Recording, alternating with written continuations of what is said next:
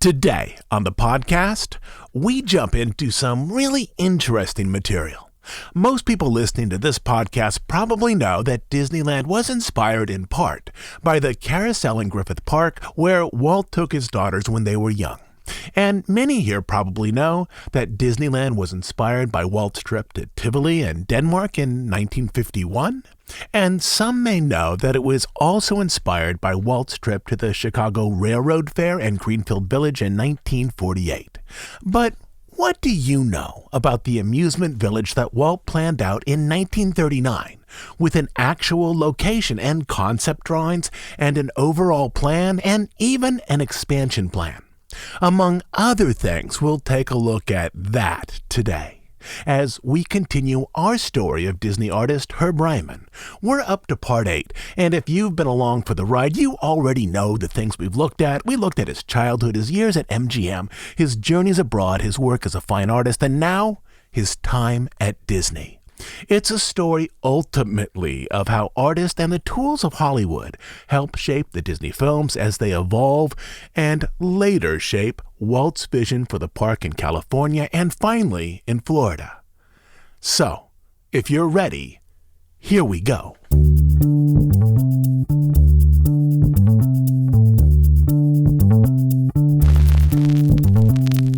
In 1939, Walt Disney was in the process of building a new studio about 10 miles away from the one he then operated in Silver Lake. The main purpose of the move was to reorganize and unify the studio around feature film production, as the company had now outgrown the Hyperion studio, which was originally designed to make short cartoons. The location would also center Disney efforts inside Hollywood, as it was just down the street from Warner Brothers, just over the hill from Universal. With just over 20 buildings, most of them focused on one aspect of film production, the new studio would organize its units so that Disney could more effectively produce multiple animated features at the same time. Disney manager and studio engineer Bill Garrity explained that in the late 1930s, a detailed study was made of the current studio's need, and then, practically without reservation, a plant was built to fill those needs.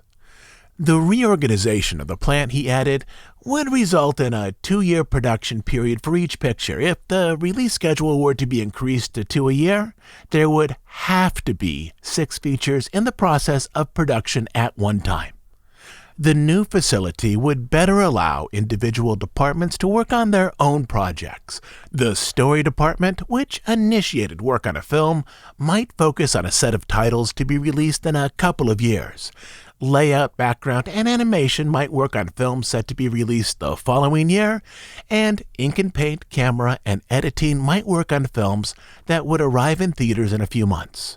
It wasn't a factory approach so much as it was an attempt to further organize specialty units that focused on one aspect of production to increase the projects the studio could simultaneously develop.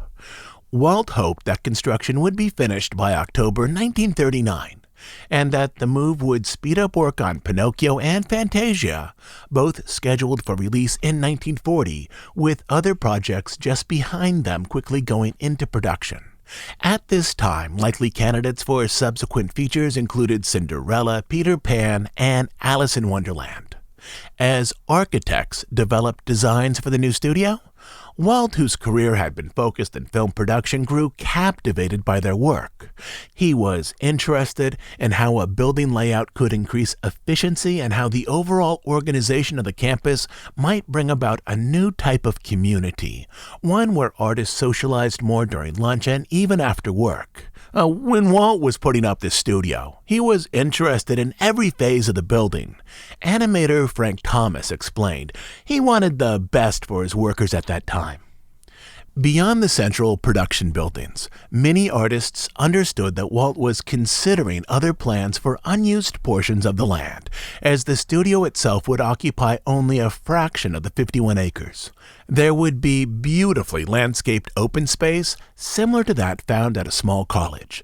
There would be a place to play baseball and paths to take a walk. A few artists, including Herb Ryman, knew that Walt was considering how open land might be used for housing, particularly for new hires.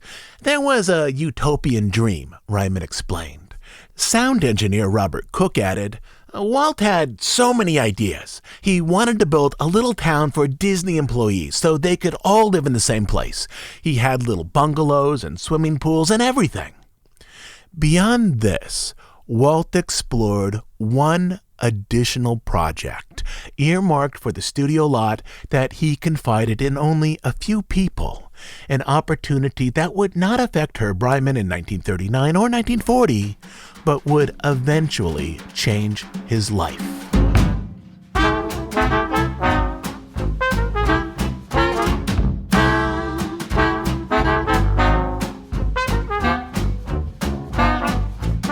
In 1939, Walt Disney Productions hosted two exhibits co-sponsored by the National Biscuit Company, also known as Nabisco, that demonstrated how animated films were made.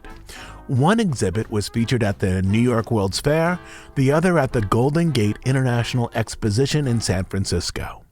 Both featured a gallery that showcased production art used for animation, and both presented a Technicolor cartoon especially made for the fairs called Mickey's Surprise Party. The party itself featured Oreos, Ritz crackers, Fig Newtons, and other products by Nabisco. Walt himself attended the opening day preview of the Golden Gate Expo in mid-April, spending time not only in the Disney exhibit but walking the grounds. Not long after, he began to explore how he might create a miniature version of the fair in an unused corner of the studio land. For this project, he looked to Bob Jones, a puppeteer who created dimensional models, often called maquettes, that were used to help animators visualize characters or props from different angles. For Pinocchio, Jones had created miniature versions of the wooden puppet, as well as a full-sized model that was used in live-action reference footage. In his work, Jones was assisted by sculptors Charles Cristodoro and Wah-Ming Chang, both of whom specialized in miniatures. They made models of Jiminy Cricket, Figaro, and even Monstro the Whale. For the whale, the team engineered an interior cable system so the whale's body and tail moved with realistic action. Beyond characters, they created key props, such as the cage in which Pinocchio was imprisoned and the wooden clocks in Geppetto's workshop. They also built a model of the wagon Stromboli drove from town to town. Disney filmed that wagon rolling forward on slightly unbalanced wheels, so that animators observing its movement frame by frame would be able to replicate its rickety action through a series of drawings that would define the scene. As work expanded with another feature, the character model department hired Bob's brother, Bill, also a puppeteer. For the first half of 1939, the Jones brothers remained busy with Fantasia, but as the studio shifted its focus from model sheets and physical models to animation, they found their work responsibilities decrease. It was during this period that Walt was building the new studio in Burbank, also during this period that he visited the Golden Gate Exposition. One morning, Walt asked the brothers, along with the head of the character model department, Joe Grant, to meet him in Bill's office, which was in one of the converted apartment houses just up the way from the studio center. What I'm about to tell you, Walt began, should remain confidential and has nothing to do with studio business. He waited for the brothers to agree. I've been thinking about this idea for a couple of years, but never had a chance to develop it, so I'm now assigning both of you to this project. He then explained that after visiting the Griffith Park Carousel and other local amusements with his daughters, he thought there might be better designed places where parents, children, and even grandparents might all enjoy an outing. The idea for a small amusement center, he said, was one that had percolated for a while. Beyond various Disney exhibits at World's Fairs, back in 1937, Studio artists had created a full-size version of the Seven Dwarfs cottage outside the Carthay Circle Theater, which might be used as a loose design concept as to what Walt now hoped to accomplish. He wanted to create a park that resembled scenes from the first two features. It was also clear that Walt selected Bob and Bill Jones for this project because of their shared experience in puppet theater. Not only had they created figures that resembled fairy tale characters, they had created models of vehicles, props, and other items to visually fill out the story. If they could create dimensional models in miniature, it was assumed they would know how to lay out an imaginative small park at scale. In terms of location, this project would be arranged into 2 unused acres at the new studio, far from production buildings down at the corner of Riverside Drive and Buena Vista Street. "These are my thoughts on the subject," Walt concluded. "See what you can do to develop them." In the days that followed, the Jones brothers visited amusement parks and piers, as well as zoos and beaches, taking notes on shops, sitting areas, and attractions that might be included or adapted for Walt's project. They mapped out what might fit into 2 acres. 2 acres were not large, neither were they small. 2 acres were slightly less than 2 football fields set side by side. Walt's park, they concluded, would need a picnic area, a snack bar, a shop, some amusement areas, and restrooms. In drawings, they designed a park whose entrance appeared like the Bavarian village in Pinocchio. One building would be Geppetto's workshop. Just down the way, a wooded area might feature the dwarf's cottage, perhaps even their diamond mine. Aside from the brothers themselves and Joe Grant, no one at the studio knew of their plans.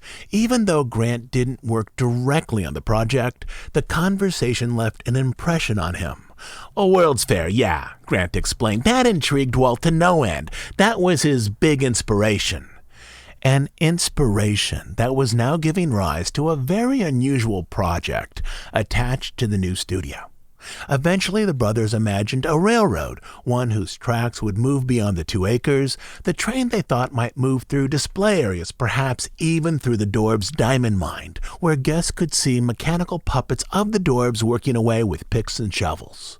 Walt was originally skeptical about the feasibility of these moving characters, but then the brothers reminded him that they had done something similar using cables for the model of Monstro. They considered adding a theater to show Disney cartoons, possibly a permanent display, like the one then in New York and San Francisco that depicted how animation was created. They even considered that an employee wearing a Mickey Mouse costume might greet guests as they arrived. "For 6 weeks we worked on this little kiddie park, just drawing sketches," Bob explained, "and Walt would come in every night about 5 o'clock, and sometimes we would work until 6 or 7 on it." As Bob was planning to visit San Francisco that year, he offered to look at the Golden Gate Exposition, as that was one of the places that had inspired Walt. "Because we decided to have a few rides," Bob explained, "so I spent a few days up there. They were just sort of carnival rides. I took a few pictures." But when Bob returned from vacation, he learned that the studio had fallen behind on both Pinocchio and Fantasia, which meant that available artists needed to pitch in any way they could. When the brothers did have free time, they examined the feasibility of the amusement project as a whole, as this development had now outgrown both available acres and available resources.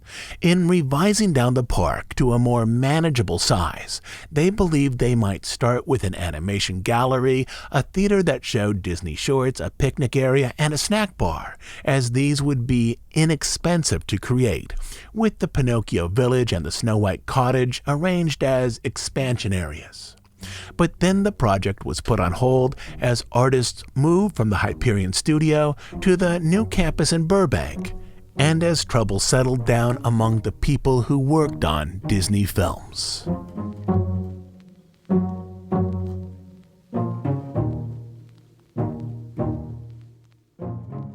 By November 1939, most Disney employees were beginning to close down their offices on the Hyperion lot.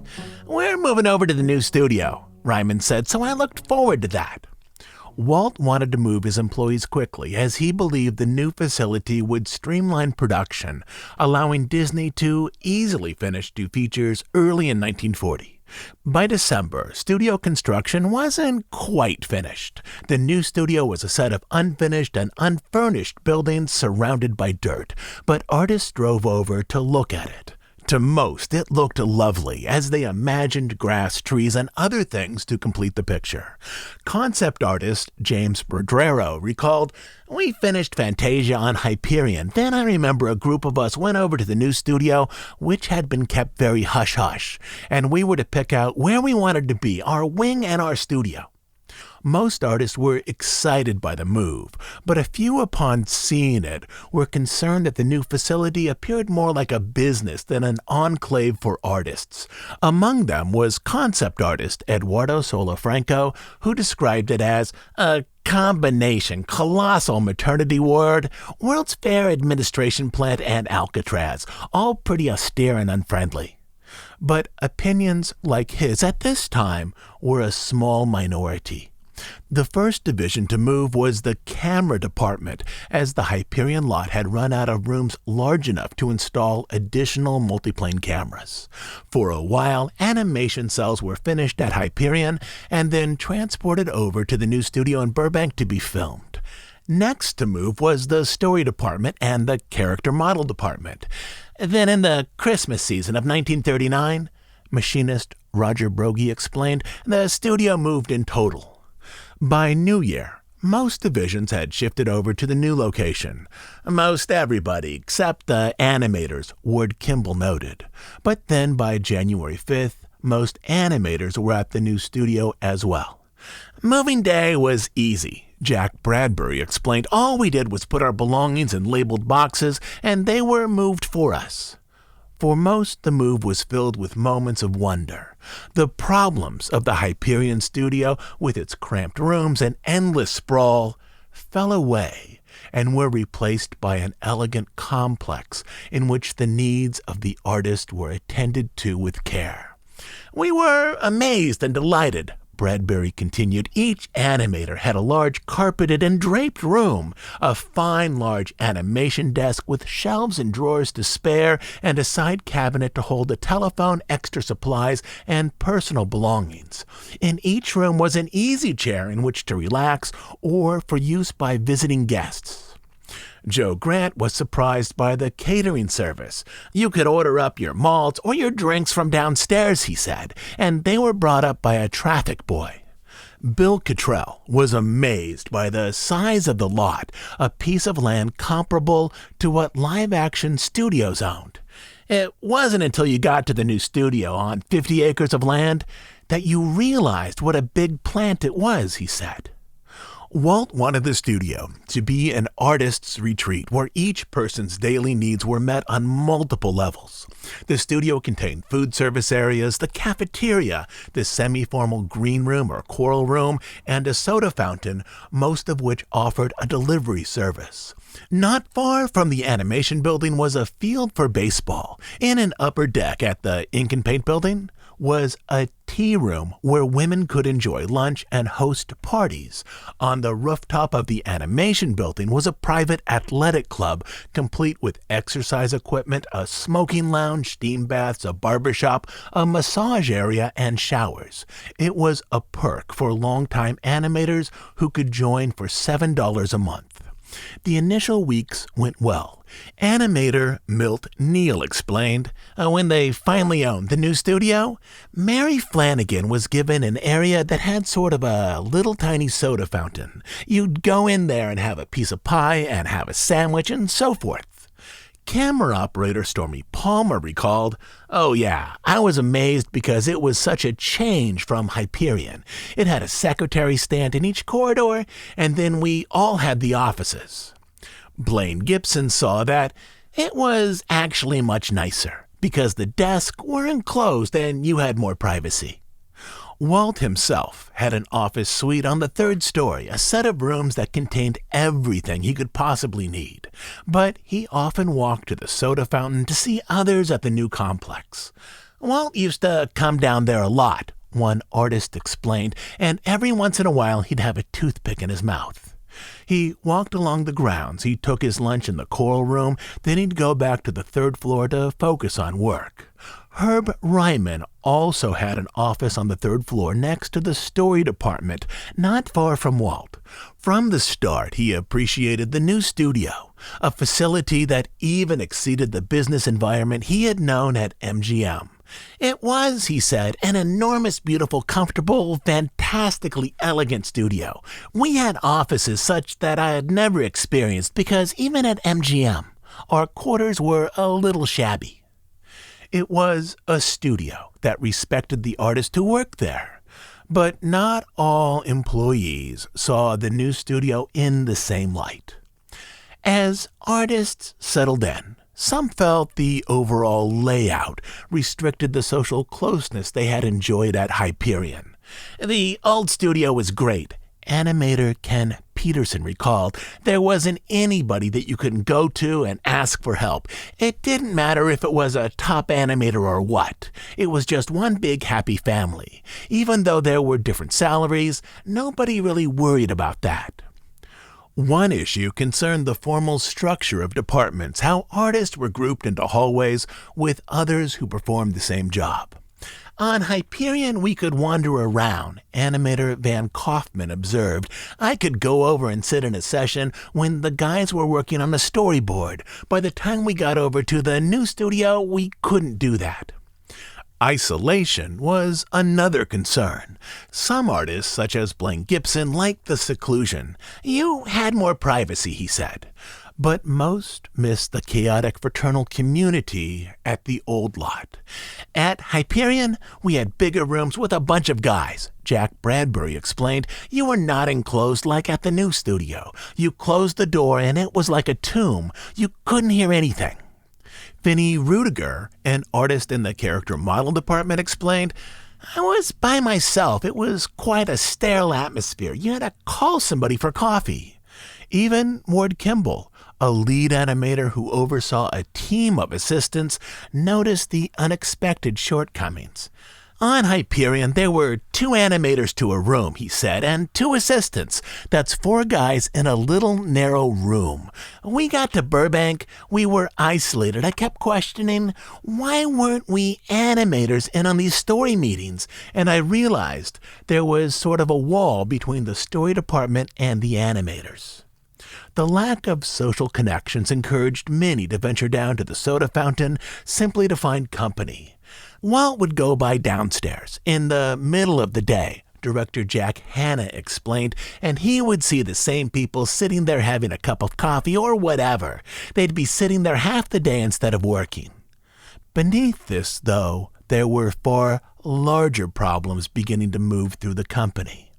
As a manager, Walt believed in merit, that the most talented, experienced, or productive artist should receive higher pay, bonuses, and other benefits beyond those received by new hires and less productive employees, though for years the high-density sprawl of the Hyperion lot had minimized pay distinctions. High-paid and low-paid artists had worked side by side, often at desks pushed together. At the new studio, these differences were on full display. Lead animators had their own offices, as did background painters, layout artists, and other high-paid individuals. Assistant animators shared an office. In-betweeners worked in a common room. Inside these offices were other distinctions. The animators got carpets, Ward Kimball explained, and the assistants got hard linoleum. Another point of contention was the athletic club situated atop the animation building. Only top male animators were allowed to join, while others needed to satisfy themselves with amenities elsewhere at the studio. Club dues were $7 a month. At this time, top earners made over $200 a week, while entry-level artists made just $15.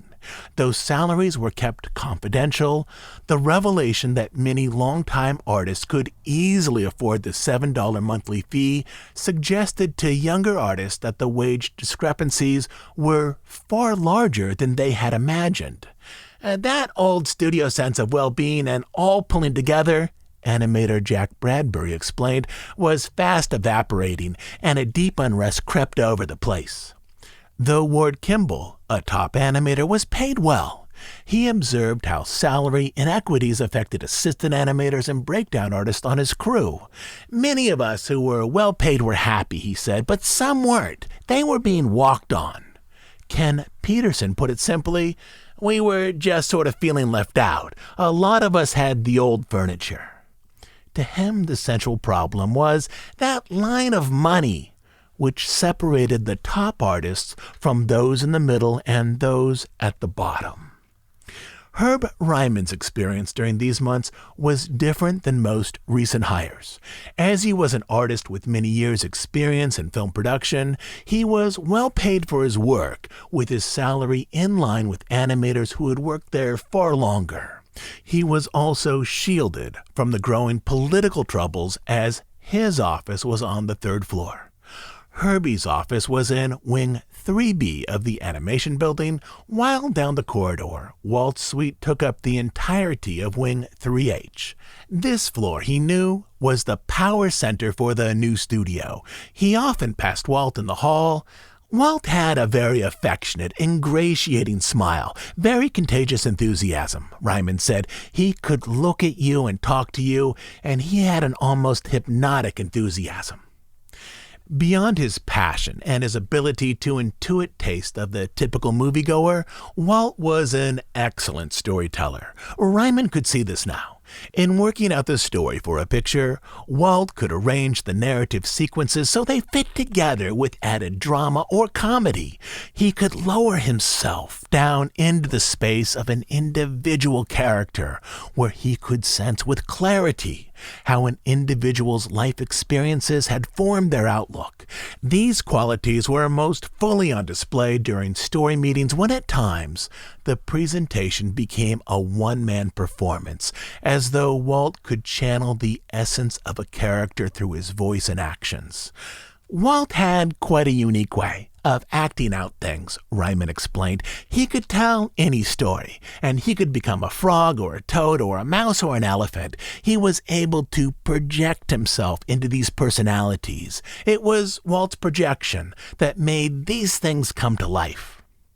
Ryman wasn't close to Walt, at least not yet, but he could see that some unique power rested just beneath the surface, something that distinguished him as a leader.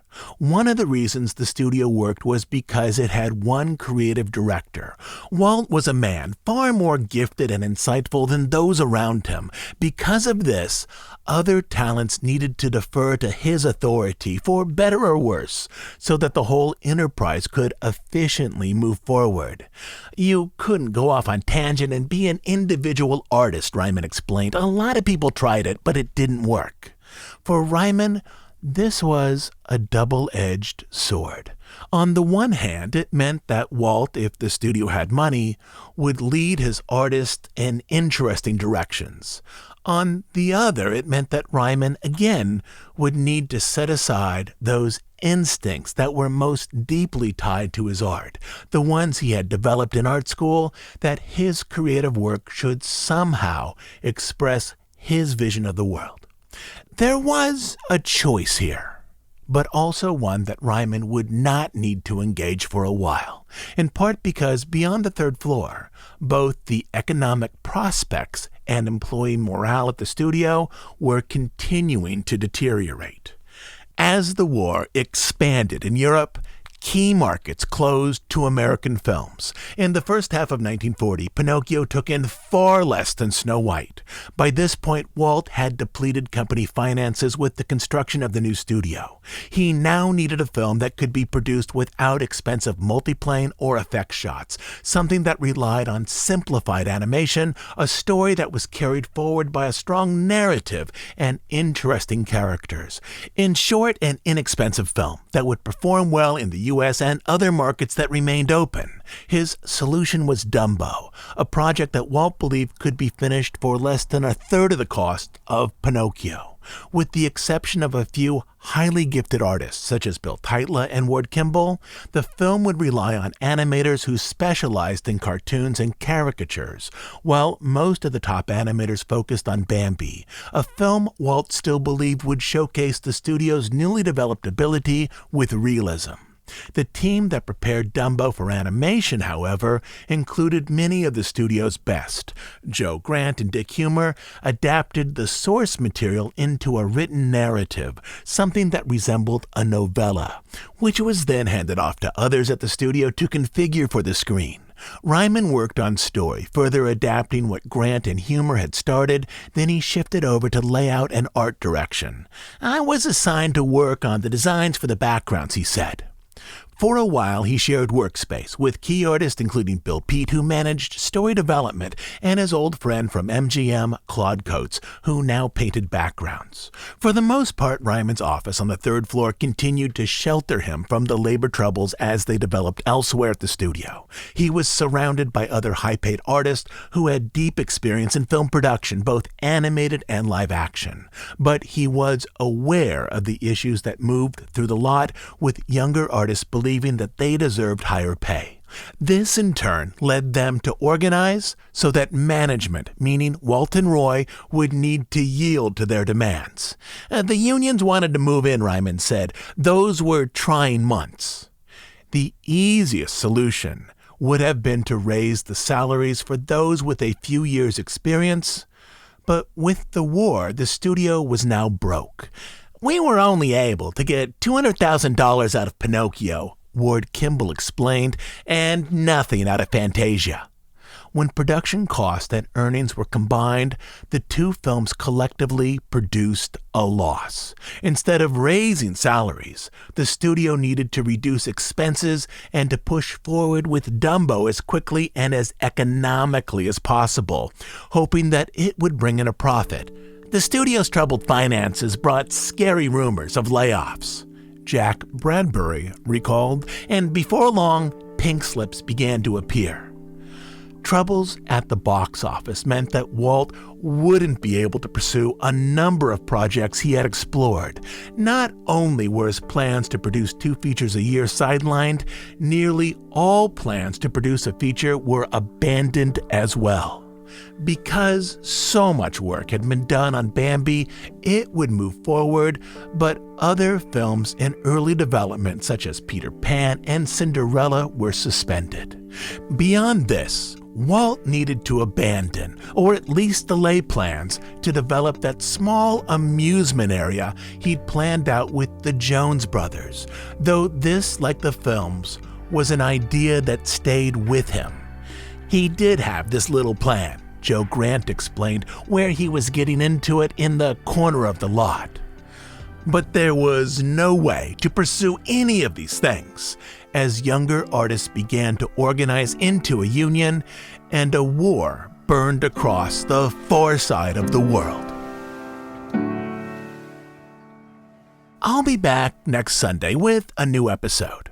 Our plan right now is to post our monthly news and analysis show a little early so that it coincides with the opening of Mickey and Minnie's Runaway Railway in California.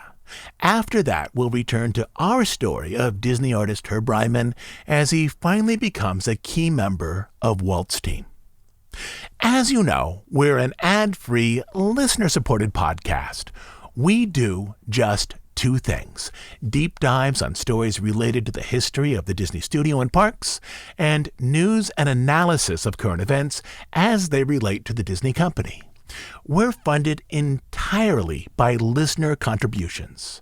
You can support our efforts by becoming a monthly Bandcamp subscriber. On Bandcamp, you'll find over 100 episodes not available on iTunes. But the best reason to join is to support the work we do here. You can become a monthly subscriber at dhipodcast.bandcamp.com. I'll also leave a link down in the show notes. Until then, this is Todd James Pierce.